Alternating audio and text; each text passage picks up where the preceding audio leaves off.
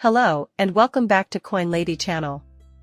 The CEO of Grayscale is mainly targeting JP Morgan and other large financial organizations, while Jamie Dimon and others are doubling down on their attacks against cryptocurrency while convincing the general public that it is a fraud and that it should be outlawed.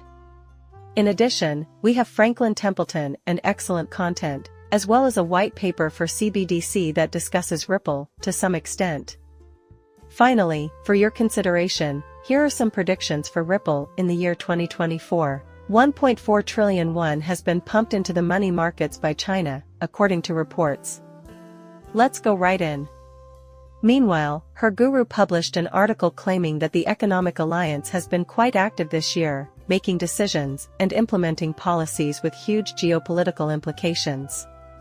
These include, but are not limited to, plans to overhaul the view of global trade, the influx of new members, and more. As we head into the new year, we'll have to see what happens. By the end of the video, we'll discuss what Ripple predicts, and today, Grayscale CEO makes an appearance on Fox Business. Hearing this was a blessing. That Bitcoin ETF that all their brothers are raving about at the moment is, in his words, a matter of when, not if.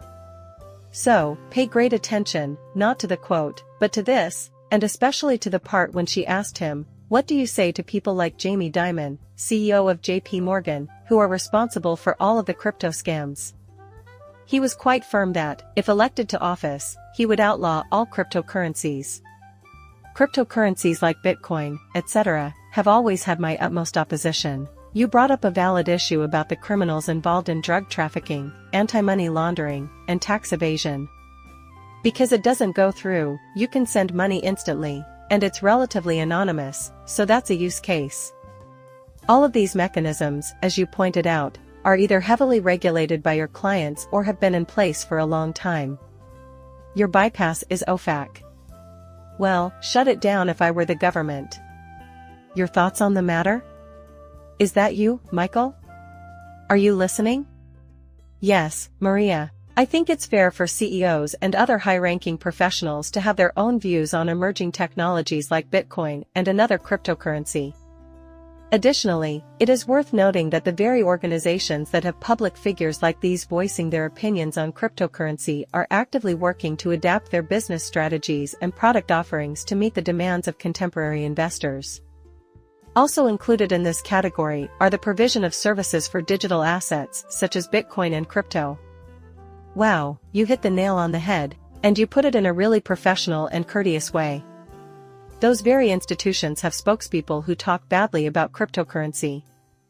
Promptly adapting their business structures to meet the demands of the modern menu are individuals like Jamie Dimon and JP Morgan.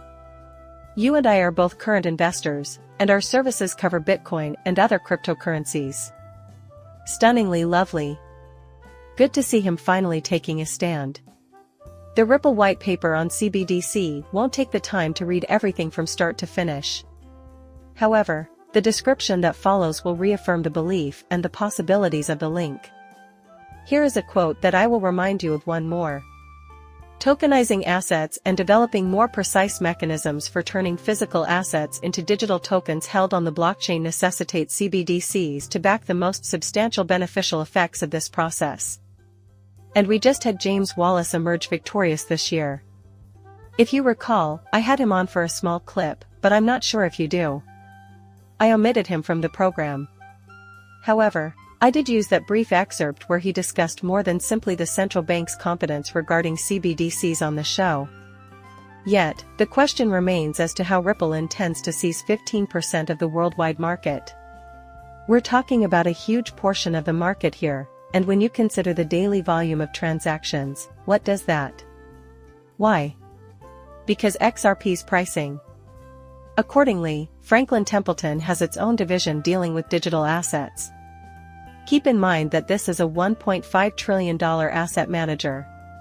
David, an Ottoman research analyst for Franklin Templeton Digital Assets, found out how crypto and blockchain lower transaction friction, minimize hurdles, and democratize access to the global economy.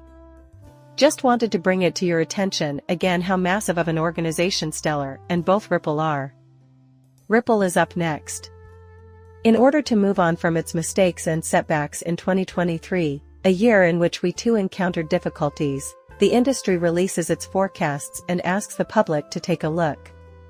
A new standard is taking shape, and once again, the cryptocurrency industry is courting traditional financial institutions.